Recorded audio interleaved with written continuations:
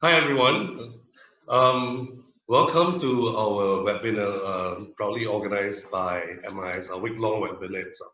Now today we're actually into our fourth sessions, okay, and we are we were almost half of the circuit breaker lock-in period itself, lockdown period.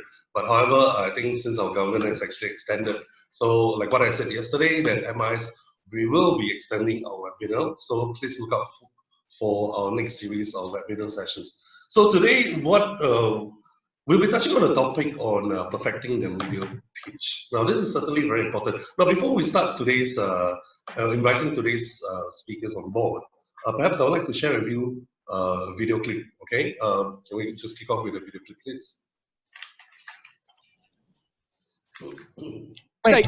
Wait. Quiet. There's been a report out that 48 bomb threats have been made against Jewish centers all across the country in the last couple of weeks. There are people who are committing anti-Semitic acts or threatening to... You see, he said he was going to ask a very simple, easy question. And it's not. It's not a simple question, not a fair question. Okay, sit down. I understand the rest of your question. So here's the story, folks. Number one, I am the least anti-Semitic person that you've ever seen in your entire life. Number two, racism. The least racist person. In fact, we did very well relative to other people running as a Republican. Quiet. El preocupado eres tú, brother. Ve tú y tú dile lo que le tengas que decir. Bueno, nada más de recordar, la prensa somos el vínculo entre el puro culo, tú no eres el vínculo de nada, brother. Y ya no me falta el respeto. No te falta en ningún momento. Madre. ¿Cómo ves? ¿Qué? No. As you can see that, handling the media is never easy, okay?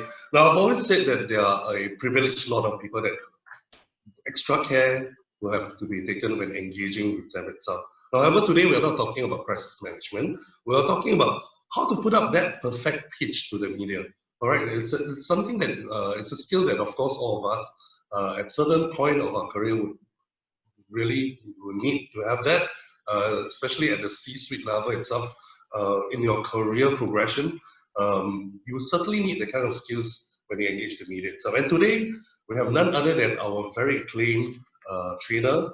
Her name is Ms. Kate Bhavani.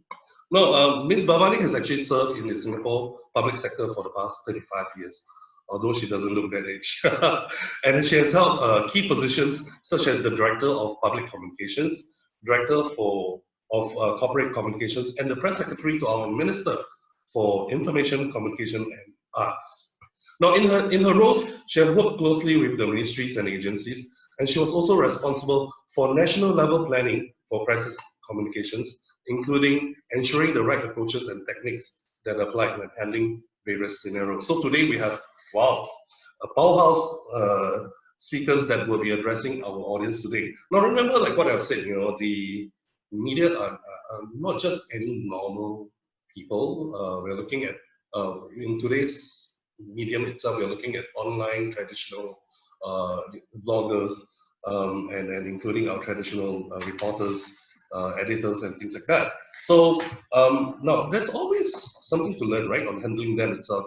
And they don't just represent themselves. In fact, they represent a larger community out there. All right. So learning to put up a perfect pitch is something that I think it's very critical at any point of a career. And of course, part of the thing would be, how can you compose a well-perfect pitch to be delivered? All right, so at this time, I would like all of you to actually help me to give a round of applause to our speakers, our powerhouse speakers today, Ms. Bhavani. Hi, ma'am. Hi. Well, thank you very much for that great introduction. I'm really quite happy to be doing this webinar, this lunchtime talk. And I must first thank MIS for inviting me and giving me this opportunity to do this session. What's so great about doing a webinar? Of course, now that we're working from home, it gets a bit boring. As I was telling Roger earlier, the highlight of the day is like going to the supermarket and to the wet market. So why not sit at home do a webinar, yeah? So, True. Especially during lunchtime, right? Okay, go yeah, ahead. exactly. Take it on, right? Okay, I'll switch the screen That's for right. you. It's like, Yeah, so this could be quite a nice highlight of the day for me, and I'm quite happy to be doing this webinar. Just to start off, let me just move to my slides. So today my session is on perfecting the media pitch, and when we talk about what we want to do when we talk about a media pitch is trying to get positive coverage for our product or service or clients in an important area of work that they do. So, and right now, while we're going through this COVID-19 crisis, many of the companies have to figure out how they're going to recover after this crisis, how they're going to profile their product, profile their company, how they're going to profile their brand, and also get a lot more visibility for themselves and for their senior personnel, including the C-suite personnel. So, talking about media pitch, what we really want to do is to communicate very important information about the product or service or messages that you want to put out to your target audience, either through the mainstream media or you want to engage your audience through social media platforms and other social media influencers out there. So that's the focus of what I'm going to be talking about under this topic of perfecting the media pitch. First, a little bit about myself. Yes, I've been around for a long time. I've been doing communications portfolio for a very long time in the public sector and held various positions. I've right now moved out of the public sector and I'm running my own business. PR training and consultancy business, and I train in various places, including the Marketing Institute of Singapore. ma'am, hang on. Ma'am, I think you need to actually put up your slides. I think you've prepared very nice slides for us. I think I have it there. Sorry, just give me a second. Sure. Just give me a second. Okay, sorry, I thought I was sharing it on my screen. Hang on. Let me get. Let me go back. Sorry, just. Yeah, okay.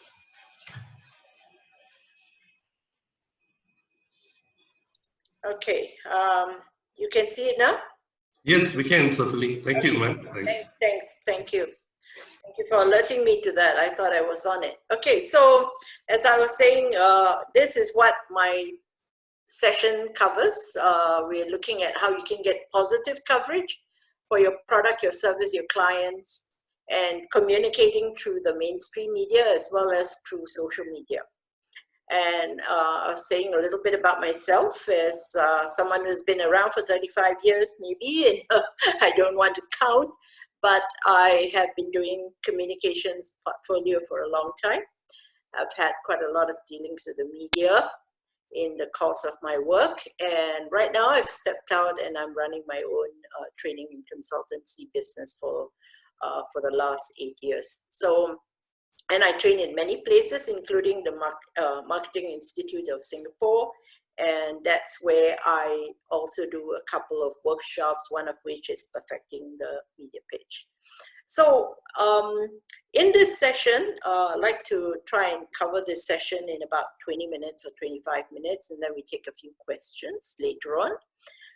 These are the areas that I like to cover in the session. First, of course, to get a good understanding of the media, a broad understanding of the media.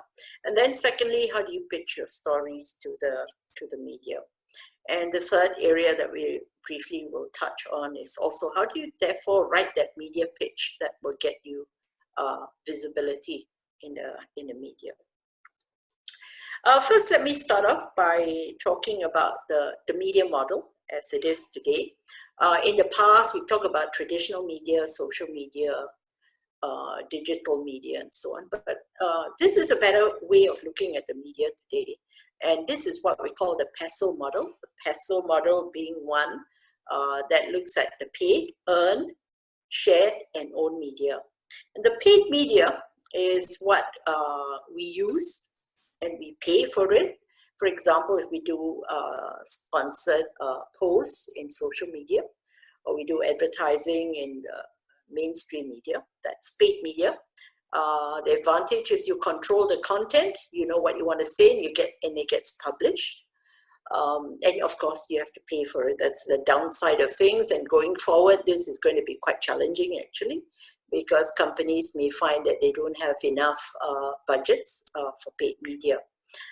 The second area is earned media. Earned media is where you pitch stories to the media. You put across ideas, get them to write about it. And that is something the journalists will then take up and write their stories. And when they do that, the publicity is earned. And in a way, it's more credible because the journalists are writing the stories on their own. You know, you're not paying for the content, you're not pushing them to write it in that way. They decide and they control the content. It's got more credibility, and in a way, you get free publicity for your products, your service, or your brand. The third area is shared media. Shared media is where you create content that could move around, and that's being heavily used in marketing right now. Also in communications, some of the key messages that you want to put across could be content that you create and push it around, and hopefully it goes far and wide and reach all your target audience. And the own media is the platforms, are the platforms that you own, and so you could effectively use them to reach your target audience. And own media are platforms where you have, again, control over the content that you want to put out. Own media could include your website, your Facebook, your Twitter accounts, and all the different social media platforms. So in fact, in today's world, the media landscape is such that you don't really have to rely on traditional media to get your message out. There are so many opportunities and so many creative ways of pushing out your message through some of the digital and social media platforms. So that's the kind of landscape that we're looking at in the media field. So having said that, are there challenges in managing the media? I think Roger alluded to this when he showed that video clip just now. Okay, so the media can be very tough, very challenging, and so on. But if you look at the media itself, what are the kind of challenges that they face? For the traditional media, as you all know, they have actually been going through a very difficult time. The readership and viewership of newspapers, radio, TV stations have declined tremendously. The newspapers are actually getting thinner today with less advertising support. And from today, actually, newspapers are distributed by the delivery man by pushing it into a letterbox. So if they push it into a letterbox, that means the paper must get thinner to go into the letterbox. So that's quite an interesting development with newspapers. So they are getting less advertising support, and there's less space in the newspapers. So if I want to get a story into Straits Times, it's going to be increasingly difficult because they have so much limited space for your stories. So you must have a great idea, then they'll pick it up. Otherwise, why would they want to talk about you or your product or your company? Yeah? So the newspapers have all these challenges going forward. And of course, all the mainstream media have also got digital platforms now. And this, in a way, is good because it's reaching out to a larger audience. But the consumers want all the content on digital media free. They're not prepared to pay for it. So again, therein lies another big challenge for the media organizations. So if you're not using traditional media, then you look at digital and social media. And in digital and social media, as I said earlier, there's lots of opportunities for you to push out content. But at the same time, there's such an overload of information. So then you got to figure out how can you make your message or your story stand out in that overload of information. So the pros and cons of using digital social media, which I'll look at a little later. So for organizations and PR professionals and marketing and communication personnel, there are really a lot of challenges in managing this kind of media landscape. As I said, if you're trying to push a story to the mainstream media, they have limited space, limited airtime. And in Singapore, I think it's a bit more difficult because there are only so few newspapers and radio and TV stations. So it's really limited space and airtime that we are talking about here. And when you deal with the media, especially the digital media, you have to act fast, you've got to respond quickly and so on. And really speed of communication is so absolutely essential in this current landscape. The good news is that from all of this is that in the coronavirus crisis, a lot of people are actually turning to the mainstream media, turning to the traditional media for information. So in a recent survey by Reuters Institute, they've found that there's a growing trust in the work of the mainstream media. And also young people are relying on these different channels, including social media. So some of the results that came out of this survey, which was a very recent survey, touched on a few countries. It covered, a few countries: UK, US, Germany, Spain, South Korea, and Argentina. And based on the survey, you can see that the news organizations were the main source of information for the public, for the population. So in US and UK, it was about 54-59%. If you look at countries like Spain, the percentage is pretty high, 74% rely on the news organization. Even in South Korea, 77% relied on the news organization for information about the coronavirus. So very high reliance on mainstream media, and also on governments and health organizations. You can see that they also rank very high. Yeah, so the trust in government, trust in mainstream media has gone up because people believe that these organizations are actually helping them to understand what the pandemic is about. They are providing very useful information about the crisis. And that's very important in this ongoing crisis, because people need to know what's happening and what they need to do in this ongoing crisis. So this survey, therefore, has it's a pretty good study, because it shows that ultimately a lot of people still depend on news organizations to provide them with credible and reliable information. So that's a good trend to look at. So in spite of what I said about the declining readership and viewership during this crisis, I guess the mainstream media has a very important role to play, and people are continuing to trust them. So that's a great trend. And so therefore we can also try and see how much, as a corporate, how much coverage you can get on these platforms. So what are some of the general characteristics of traditional mainstream media? For them, they are looking for fresh stories every day. they don't want to talk about things that has been reported before. For example, they say yesterday's news is old news today. So things are moving so fast that you really got to come up with good ideas and really fresh stories to talk about. And that will therefore capture the attention of the media. And you have to be quick on this. You've got to look at how you can respond to the media to meet their deadlines. So very quick response. And as I said, speed of communication is absolutely critical.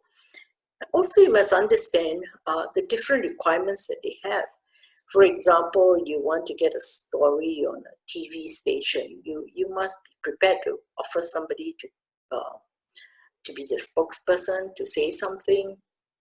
You must allow the TV station to have good coverage of the facilities of something. They need the visuals quite a bit. So are you giving them that opportunity to do some filming, and what are you going to offer them? For radio, for example, if you want a story in radio, you need to provide sound bites, and who could be the spokesperson or someone who could talk about your organization. So different media have different requirements. So you must also factor that in as you pitch a story. You got to think about what are their requirements and can I provide them. The more you work on these areas, the better it is, because then you will then be able to get a great story in the media. When it comes to the social media, which is also a big platform now for us to get some of our stories, like say your own Facebook, your Twitter accounts, your Instagram, and so on. There are also so much opportunities here. And so great opportunities for you to really control content, push out whatever you want. But there's also a downside to social media, which I'm sure all of you are aware. You know that it is rather independent. There are lots of comments. Everything can be played out real time. And at the same time, we are also very worried about unverified, unsubstantiated information, and not forgetting fake news, which is so big in today's world. So you've also, while you're managing your stories and your products and your services and the kind of publicity you're getting for them, you've got to worry about this downside and look out for, and really pay attention to what's being said on the social media platform so that you can tackle any unverified, unsubstantiated information very, very quickly. Yeah. So given that kind of landscape, let's take a quick look at the kind of growth in these areas. And these are charts that I've taken out from Hootsuite or We Are Social, based on January 2020 figures. You can see that on the global scale, the penetration rate for mobile phone users, unique mobile phone users, gone up tremendously. You can see that internet users too has gone up substantively, and social media users, all double-digit growth in all these areas.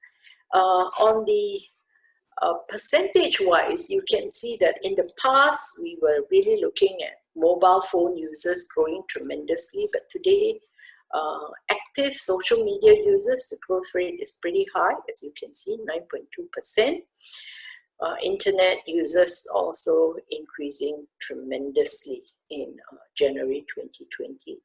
I guess at the end of this year, all these figures will be very much higher, because during the COVID-19 crisis, all of us are now either on mobile phones or on social media platforms. So the internet users and so on, everything will be increased tremendously. So I don't have the figures now, but if you compare the figures later, you'll see tremendous growth in all of these areas. So we have to look at these platforms as well as we want to put out our stories. How do we get through to some of these platforms? The most popular platforms right now, of course, Facebook, right at the top, YouTube, WhatsApp, and WhatsApp, I think in Singapore is really thriving because during the COVID-19, everybody is on WhatsApp pushing around lots and lots of official as well as unofficial stuff. So that's a big channel of communication.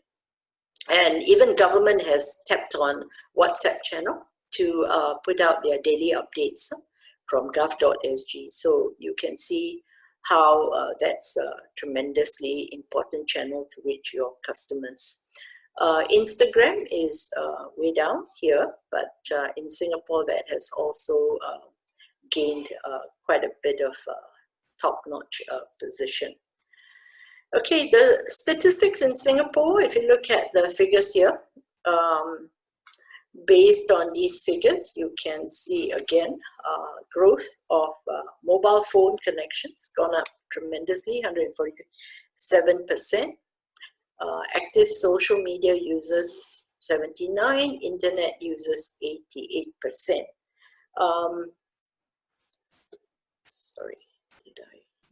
Okay, so in terms of growth rates, if you look at the figures here, the number of internet users gone up quite a bit in January, 5.3%. And the number of active social media users and mobile phone connections is about a little 1.7% and 1.6%. So growth in these areas, but as I said, after the COVID-19, these figures will be looking a lot higher. Instagram users, this is in Singapore. If you look at the media and study the age group that goes and uses these platforms, you would then know who are the audience out there and how do you target them correctly. Yeah, so in the case of Instagram, you can see that 25% are in the age group of 18 to 24, 36% in the age group of 25 to 34. So a very young audience out there on Instagram. Old people above 55 is only 6%. Why am I telling you all this? Because when you try and reach your target audience, you must be clear which are the channels that you want to use.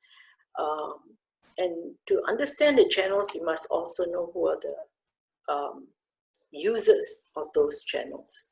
So if I'm going to use Instagram and I'm pitching something to old people, then I'm certainly on the wrong track here. I shouldn't be using it. So, but if I'm looking at young people and I'm trying to sell something to the young people, then this Instagram is a great channel because that's where a lot of young people are hanging out here. So Instagram becomes a very important channel of communication. So I really got to look at how I'm going to put my stories out there on Instagram. So that's to give you an idea of how the media landscape looks like. What are some of the important channels? But beyond looking at the landscape, you also got to understand your medium. You're trying to pitch a story to them. First, you got to understand what's their editorial policy, how frequent are their publications and their news updates, and what's their readership profile. That's also important because, as I said, if I'm trying to reach an old audience, I'm selling something to an old audience, I cannot be putting it on some of the digital space, for example, because they are not going to be there. Old people will probably continue to read Straits Times, for example, and so should I therefore be trying to get my story into Straits Times. But in Singapore, everybody wants to get their story in Straits Times. That's something I must say, because their bosses want to see the story in Straits Times. So they say, okay, I must get the story in Straits Times, but it's not easy because in Straits Times, the space is also very limited. As I said, the papers are getting thinner. Yeah. So you find that you must understand these things about the media.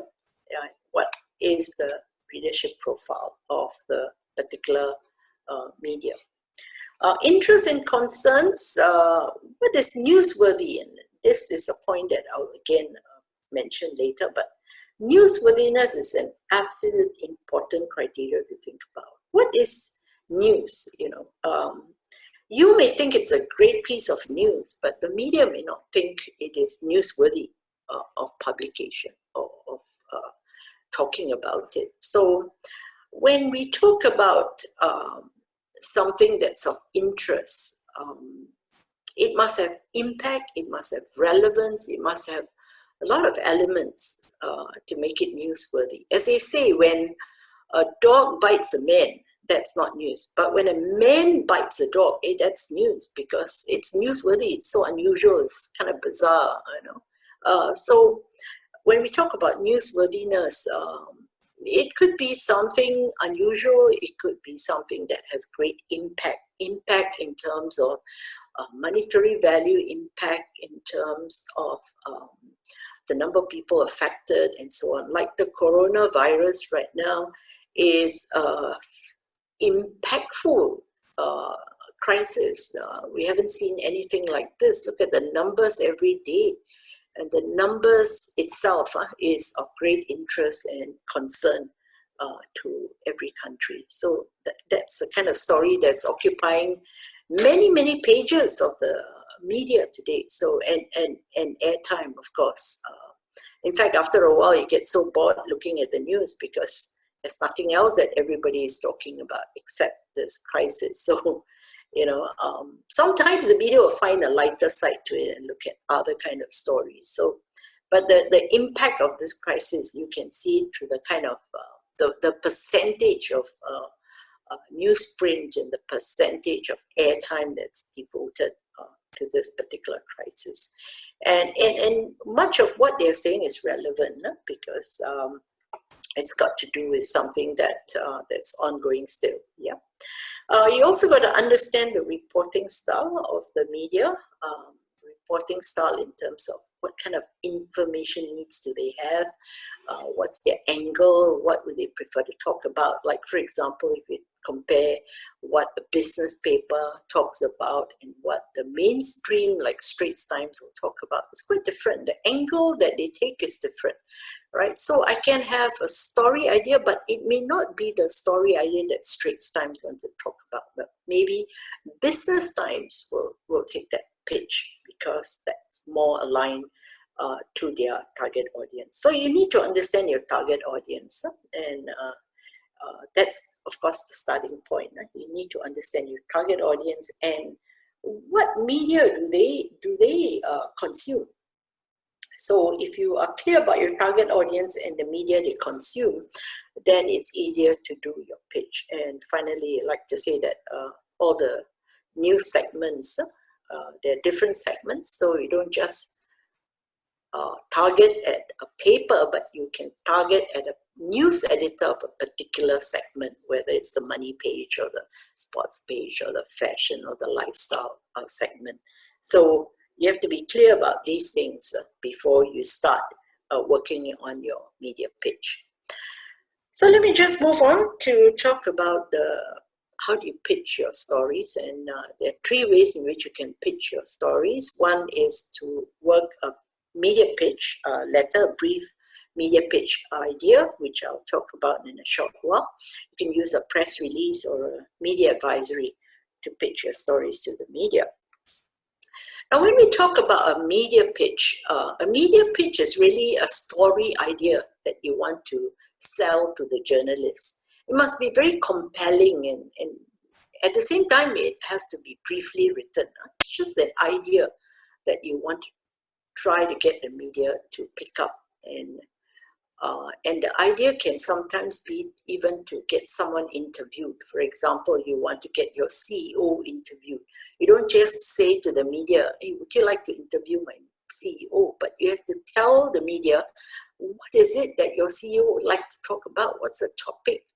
What's relevant? What's newsworthy that it's going to say that would be compelling?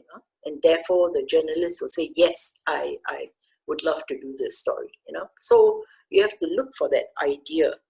That's where you got to refine and be creative in writing your media pitch. Let me show you some examples. For example, Gardens by the Bay. Every time they have to pitch a story idea, it's easy for them because they've got beautiful exhibitions. So each time when they pitch a story, they just got to tell people, tell the journalists, hey, come and take a photo of our latest exhibition. And they get a photo story like this is already great for them because all they need is a great photo that will sell the exhibition. So for Gardens by the Bay, you know, it's the photo opportunity that they give to the media about their latest exhibitions, the latest flower exhibitions. And many of us then will say, okay, this looks great. I really have to go and visit this exhibition. You know? So that's how compelling that photo becomes. This is another story. Now we have so much focus on foreign workers, and I thought this was a great story you should pick up. Foreign workers doing their part. This was in 2018, May 2018, when they were actually at Sengkang bus stop. And because it was such a rainy day, heavy rain on that day, they were using umbrellas to help commuters and shelter them from the rain. So this was a very unusual story, but a very heartwarming story, because you find foreign workers going out of their way to help commuters and provide shelter from the rain. Yeah. So great story, and this is the kind of story that the media likes to also pick up and write about. Okay, recently, as I said, so much news about the coronavirus. So the day when McDonald's said they're closing down, I think everybody was so upset they're not going to get their burger for some time. But how did McDonald's use this opportunity? I think one of the things that they put out very quickly is that although they are all their outlets are closed, they will continue to pay their staff during closure. And that's a great story because that shows, you know, how McDonald's is a caring employer. You know, they continue to pay their staff, even though they're closed and they're not in business for these few weeks. So great story, and McDonald's used the opportunity to in a way profile themselves as a caring employer. Okay, so this is the kind of pitch that you should be looking at, and the media picked it up. This is another story that I saw recently. I was just intrigued by the two ghost-like figures in the picture. The picture draws you to the story. And what was the story about? Actually, the story is about volunteers who are dressed as ghosts, you know, sitting around like that. And this was used to urge people to stay home. And this was used in Central Java, Indonesia. It's a very cultural thing there. So they made use of these, what they call pokong, to scare people and get them to stay at home. So quite interesting story about how different countries push out their public communication messages. Yeah. So I must say again, is the picture and the concept of using ghost-like figurines to do this. It may not, I don't think it will work in Singapore. In fact, you will get a backlash. People will say, you're scaring my children. So this won't work here, but it could work there because, you know, they accept these kinds of ghost-like figurines around. Okay, now that we talk about masks in this coronavirus crisis, masks has become quite a talking piece. So pictures like this also great. And supposing your company donated 1 million masks or something to kids with cartoon characters or something, then that could be a great story idea. Okay, and then it also could provide opportunities for pictures like this to be taken and be used in the story. So the mask is really becoming a talking piece. Lots of stories recently about volunteers who are helping to sew the masks, and companies that are donating masks to people who need them, the vulnerable groups. Yeah. This another story about how the medical or health sector could pitch a story about how they are, how their doctors and dentists are using acupuncture, which is Eastern Chinese kind of treatment. Western doctors using Chinese medicine and Chinese treatments, right? Rather an unusual story. So the health sector, the hospitals can profile some of the doctors who are doing this and what kind of results they are getting for this kind of treatment. So a newsworthy story, something different, yeah? And certainly the media also would be interested in a story like this. Okay, this one is from today's newspapers. I just put it up. I thought, okay, this is another great story. On Tuesday, when PM announced that we're going to go into extended circuit breaker period, and food outlets, some of the food outlets had to be closed. There was a lot of food that some of the outlets had. So what do? They have to quickly dispose of them. And what do? They give it to charities. So if your company was caught in this and you're prepared to talk to the media and you let them know what you're doing with the food, that's a great story.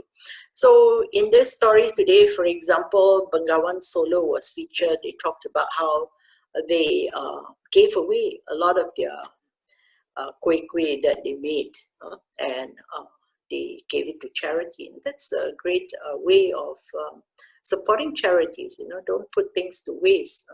So some of these opportunities are there. So if you're doing something great during the crisis right now, you can pitch that story to the media, and it helps you to keep in touch with your customers. The customers know what you're doing.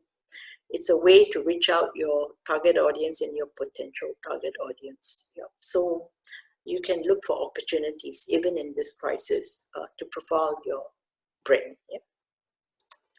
Okay, so what's a good story? So whatever I've showed you, some of the examples, it shows you some of these elements. These are just some of the elements. There are many others that we can look at. But just in the interest of time, very quickly, one important aspect of any story that you pitch to the media must be of human interest. Okay, if you talk about people, you talk about very unusual things that they do and so on, that's great. That's the kind of story the media is interested. Also, of course, it has to have localness. So something that the people can relate to in Singapore. It's visually exciting. And it's prominent and it's important. Yeah. So earlier, in some of the examples, you saw how some of the pictures did a great job in selling your story. But why then do journalists often decline? In fact, if you ask around, a lot of people will tell you that they have a tough time pitching their stories to the media. There could be several reasons, and one of which, of course, perhaps could be that your media pitch was not written properly. You can't, for example, go in there and say, I have an annual charity event, would you like to cover it? No, the media will say, no, why would I want to cover it? So because it's been done before, it's been done upteen times, so why would I want to cover that story? So you have to sell the idea, what's so great about your charity event. So often you would hear that they've said, we've done this before, kind of thing, because you haven't really given them a great story idea. Timing is, of course, important. Right now, if you're trying to get any stories into the media, it's quite tough, right? The entire media's focus is on the COVID-19 crisis. So, and government has been pushing a lot of information as well to educate the public. So less space for your story, unless you can find an angle that is related to the ongoing crisis. And you can, as I said, there are opportunities for you to find stories that will fit in with this ongoing crisis. So look at timing, you pitch it at the right time, and sometimes you also got to find the right time in terms of less things happening, like say in December, the media often don't have that many stories to talk about. So that's a good time because everybody goes on holiday. So maybe that's the time for you to pitch some great story ideas to the media. The second way in which you can get your coverage in the media is through press release, and that's so commonly used in many countries, including Singapore. So, but the press release has to be written properly. It has to be written with a great idea right at the beginning. The first paragraph must convey the most important news. And so we say you adopt what we call an inverted pyramid style, where the most important information is right up front in the first paragraph. And then you include a lot more information as you expand on that press release. So we're not going to be talking about how you write your press release, but press release is certainly another way of getting your coverage. But look at how you write it and use the inverted pyramid style. The media advisory is another technique of pitching your stories. Inviting the media to an event. You want to first talk a little bit about the event, what's so great about the event, who is going to, sometimes who's going to be there may not be so great. Sometimes people think that just because I have a minister coming, that could be the most important thing about the event. Not really. You have to talk about how that event is so unusual, so great. What does it hope to do? What's the participation rate like? Things like that. Make it a lot more exciting. Focus on some important aspect of this event, and then you follow up with all the other details. Again, it's written just like a news release, and it should incorporate the 5 W's and the 1H. The 5 W's, I think all of you should know. What, where, why, who, and what did I miss? Okay, I missed out one W. Sorry, it'll come to my mind. And the 1H, the how. Okay, so the 5 W's and the 1H is what you need to cover in your news release. Okay, so how do you write that pitch letter? Very quickly, this is the idea that you're selling to the media. If you're using, you can use 3 ways, as I said. You can use a pitch letter, you can use a media release, or you can use a media advisory. But if you're using the media pitch letter, it is really to sell the idea to the journalist. And then it is also to excite him, excite the journalist, or to pique the media's interest in your story. Then you follow up with a lot more details. So the pitch has to be written in a very exciting way, in a very exciting manner, so that when they read it and they get it through an email or whatever, they will read it and they say, oh, this is a great idea. I will follow up on this story. Yeah. So the pitch letter is written to the editor of the media, and you start with some attention-getting hook.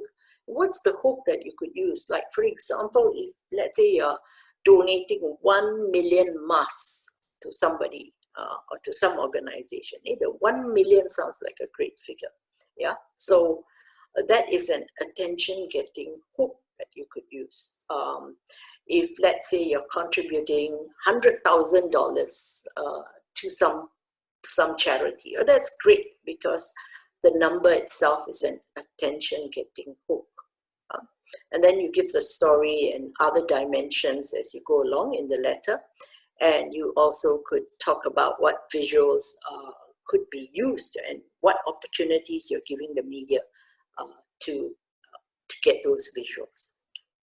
Okay. And you can pitch through different ways. Of course, today all of us just pitch through the email or a phone call. Yeah. But don't try and put a pitch with all kinds of samples and very quirky invitations. I don't think the media appreciates it anymore. So a simple pitch of the idea is what's important. And the last point is the pitch that you make. Are you offering exclusivity? That means you are offering only to one particular media organization.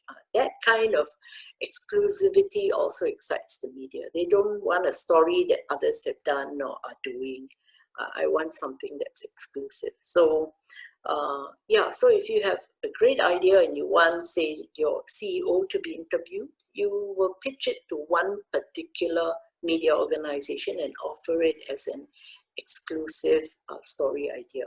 Yeah? But whatever it is that you're pitching, one important thing is that it's got to be news. It's got to be something that's newsworthy, right? So that's where a lot of effort needs to go in. You have to think in terms of how I could pitch a story that's really exciting. So you have to be very creative in working on that pitch. So finally, I'd like to sort of end off by saying that for the media, they are really obsessed with newsworthiness. If it's not newsworthy, they are not going to touch your story ideas. So as we are getting out of this COVID-19 crisis, a lot of companies will be thinking, how am I going to profile myself? How am I going to promote my product and service and so on? And with limited advertising budget, you have to think about how I can get good publicity out there. So, but at the same time, you have to be creative and you have to think about what kind of stories will work with the media and use some newsworthy ideas to sell to the media. So don't just be obsessed with good publicity. So companies should not just think about what publicity am I getting for this. No, you have to think in terms of what is an idea that can sell. What is an idea that the media will bite? And what is it that I want to tell my consumers and customers? Yeah.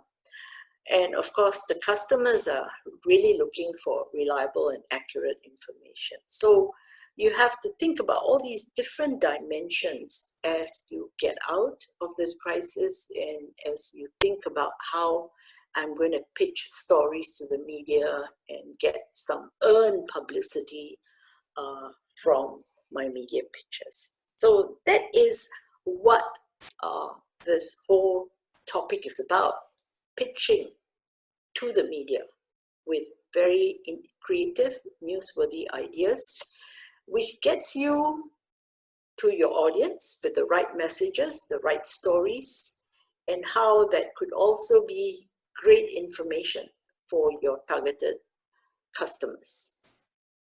So with that, I like to say that, as I was saying, I do run workshops at MIS, and one that's coming up next is Perfecting the Media Pitch on 21st May. So it's a virtual training, so if any of you are interested, please sign up. And really like to say thank you all for listening in, and I'm ready for some questions. And here is MIS QR code to look up some of the causes. Yeah. Okay, let me just move out of the slides.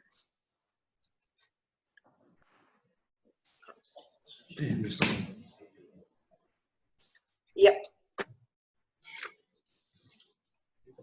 Okay, so I'm ready for questions, and I think Roger is going to come back and moderate the session.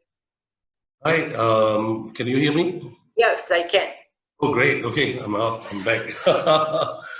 Thanks for that excellent delivery. I think we certainly, I hope the audience have actually learned a lot. So I think we're opening up our sessions to Q&A right now. So for our participants, please look at the Q&A buttons. So if you do have any questions, please post it up and then I'll bring it up to Ms. Bhavani, which will address the questions or the queries that you have. While waiting for some of the questions to come in.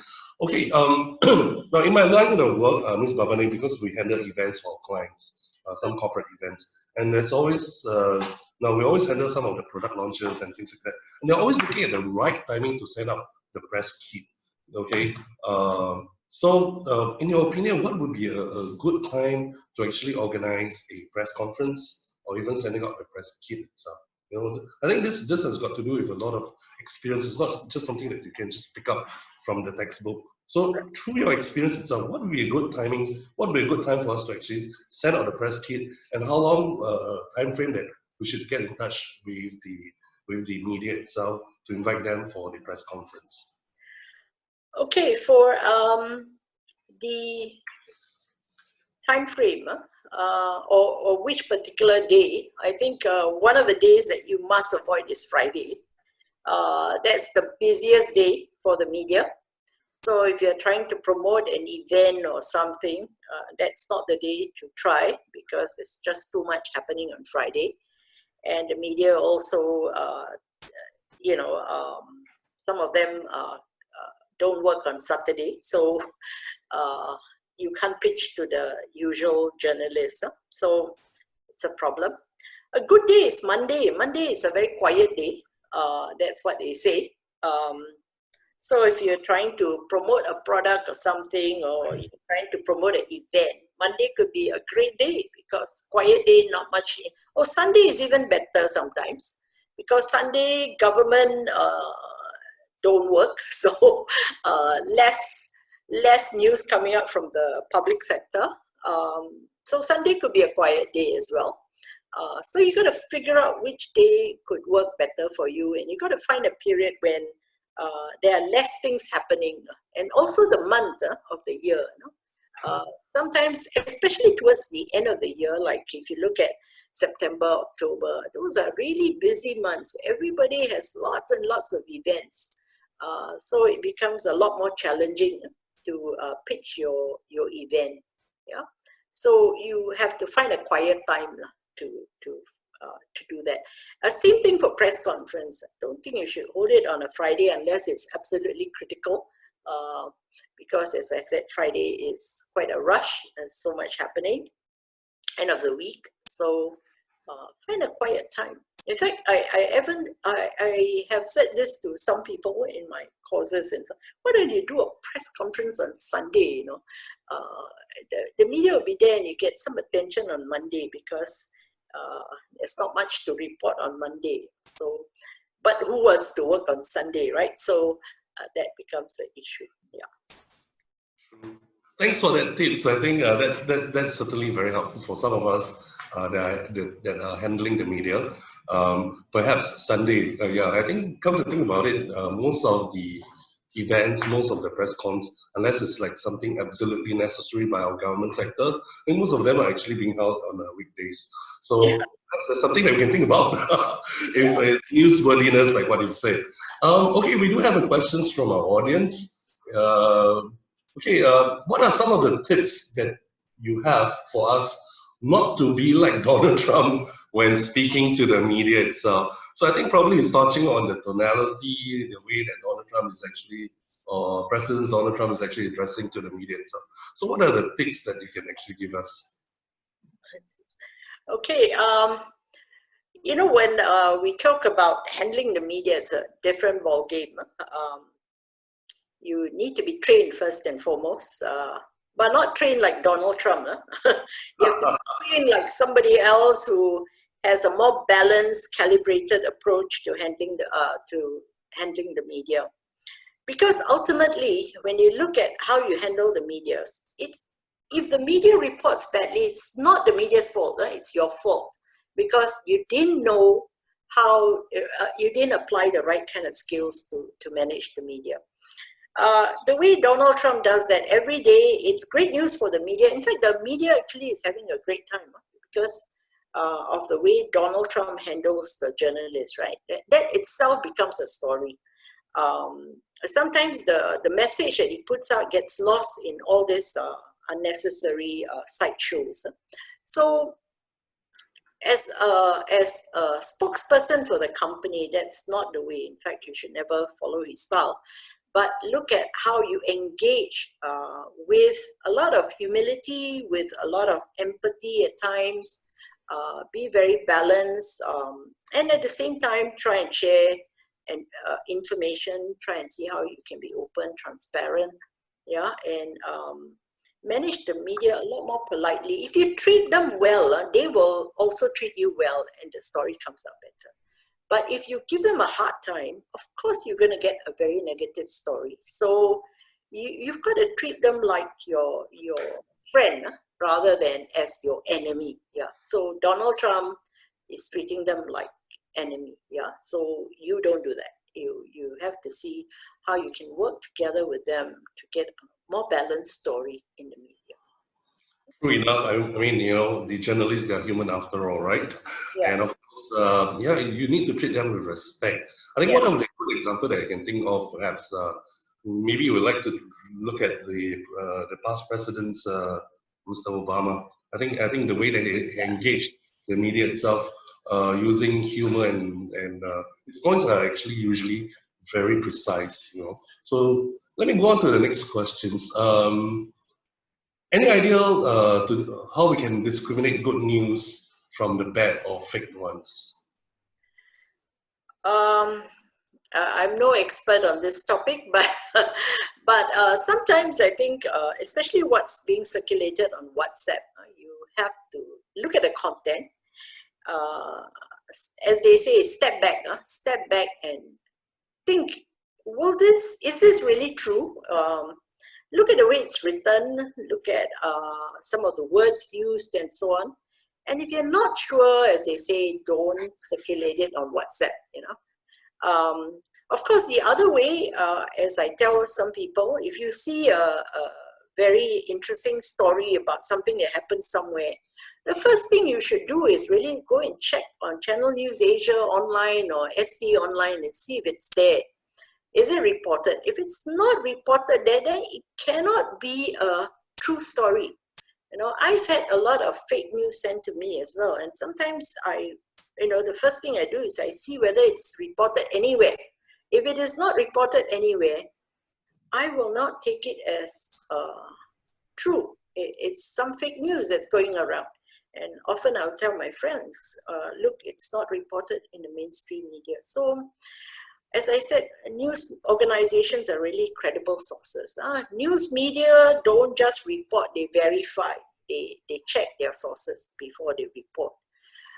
So if they don't report such a great story, then there's something wrong, right? It has to be fake. So check your sources, check the credible sources to know whether it's a fake news. Yeah. I think that's a great piece of advice, right? That's really to check the source that you receive so that you do not get yourself into trouble. Okay. I think there are a couple other questions.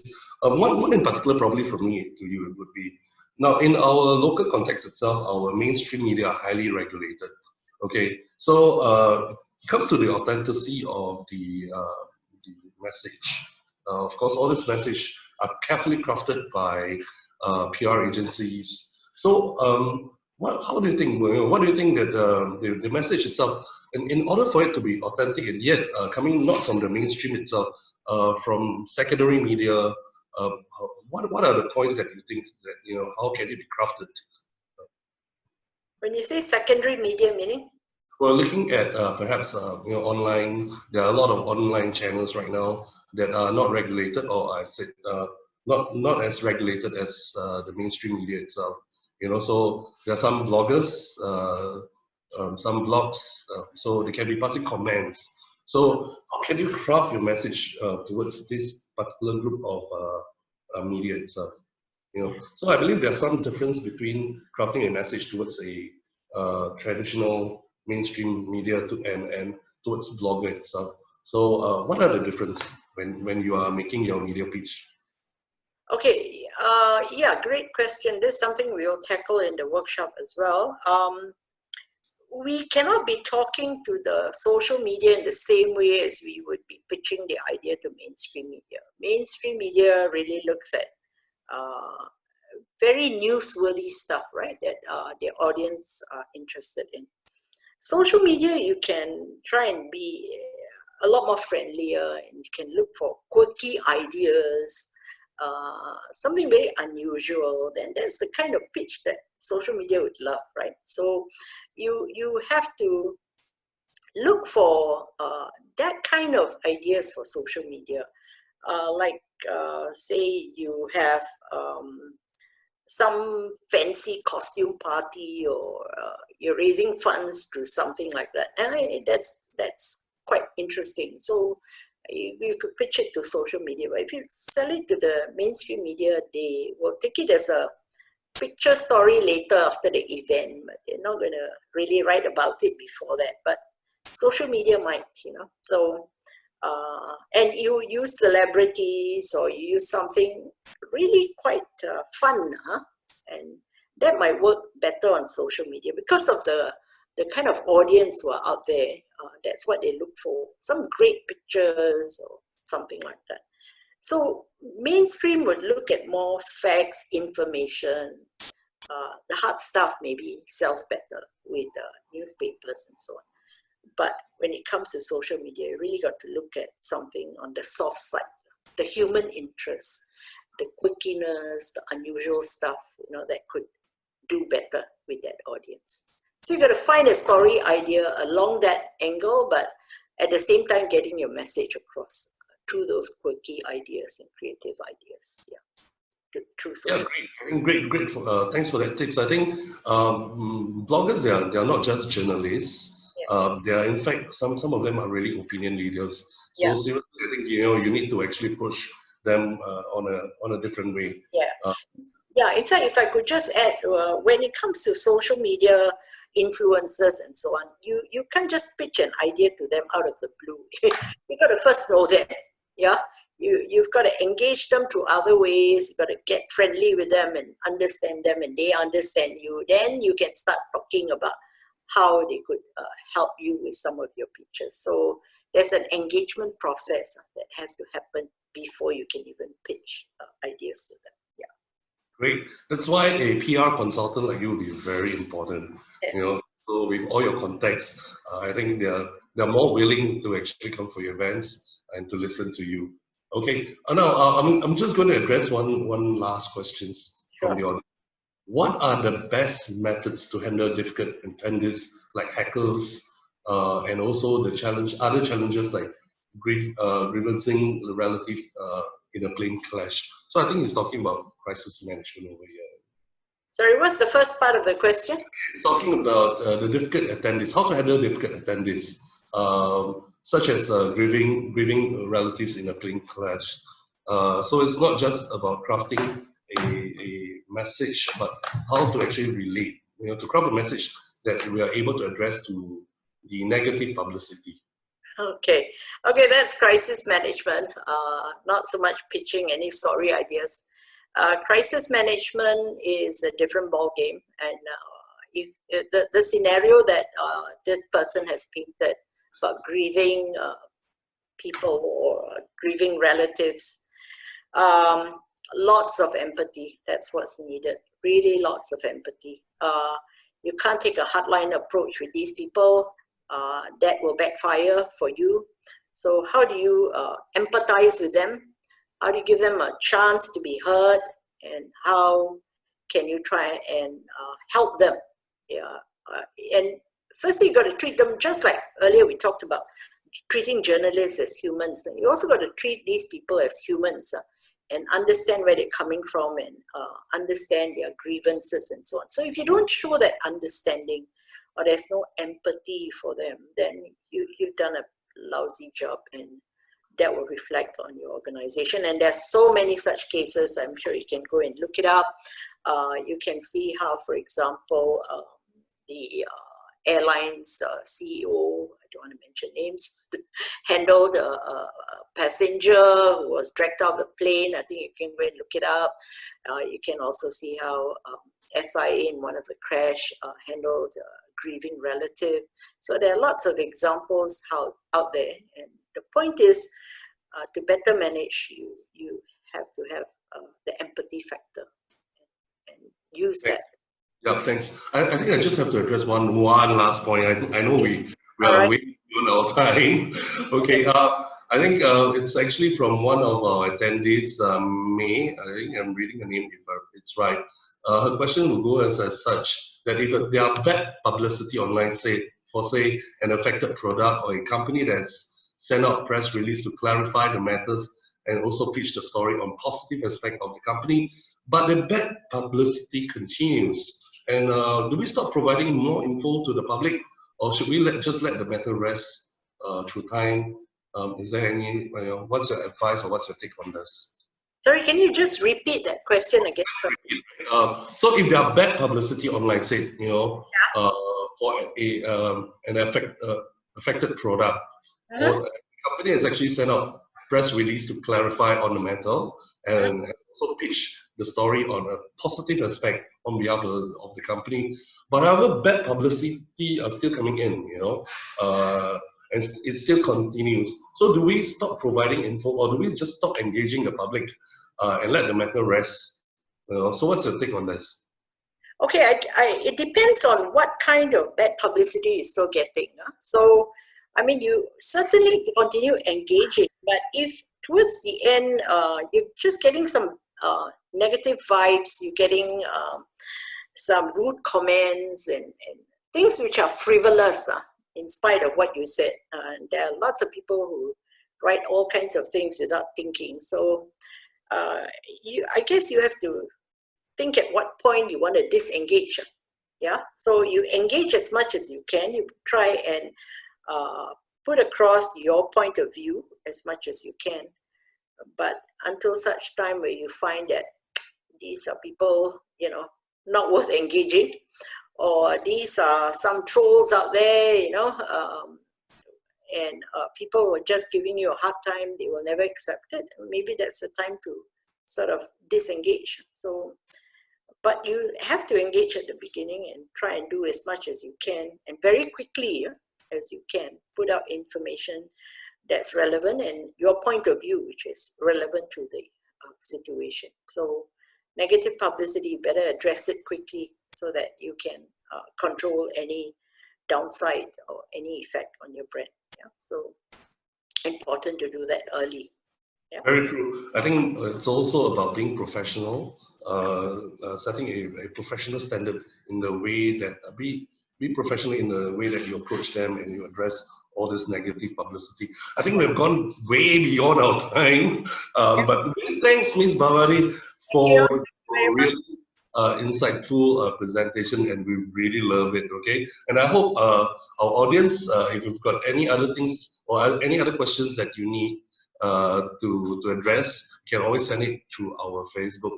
At this time, I really need to give you a round of applause. Thank you so much for your time. Participation. Thank you very much. Thank you. Okay, so this is actually our fourth sessions for this week-long sessions. In fact, we have actually a full lineup, and for tomorrow itself, we will be having our speakers will be Kevin Ryan. He'll be talking about the art of presenting with charts and figures. Now, we've seen Ms. Bhavani's presentation earlier on. She uses a lot of chart, figures, statistics, and the clarity is always there. So tomorrow we'll be having our same time. Our webinar sessions will be starting at 12:30 p.m. and hope to see more of you here. And of course, at this time, let me show you the next slide on some of the other speakers that are coming on board for this week till next week. All right. So as you can see, you can always find this on our website, both on our website and on our Facebook. And to also let you know that MIS, we are actually doing a corporate social responsibility on our own. We are, like what I said, over the past 2 days, we're asking for mass donations, okay? We will be working this out together with our counterparts from the Philippine Marketing Associations. So we're asking for the public out there to actually donate masks. So we are looking at people from the developing countries around ASEAN. So the very first country we're looking at is actually in Philippines. Okay, so in Philippines is where there are a lot of we're looking at families going without masks. First thing is that they couldn't afford it. Second is that they don't know where to get it. Okay, so MIS is actually doing a mass donations where we will be collecting masks from all of you and to sort of send it to our counterparts in Philippines, and they will be the one that will be distributing the mask on our behalf. So if you can, please go on to our Facebook or on our website, indicate your interest, and we'll tell you what to do. Okay. Now, of course, MIS, we've been around for the past 46 years. We are the national body that represents Singapore in the area of sales and marketing. And if you want to look out for more courses, and of course our trainer, Ms. Bhavani, has been our very acclaimed trainer from MIS. Now these are some of the courses that are conducted in MIS right now. So you can click on the QR code to find out more if you are interested in some of the online courses. Okay, all right. So I think having said that, thanks for joining us today. In fact, we are seeing a lot of our friends from the Asia Marketing Federations, our counterparts among the 70 countries. So welcome, guys. I hope to see you guys tomorrow again. So with that, thank you for your time today. I will look forward to seeing you tomorrow. Bye, everyone. Bye.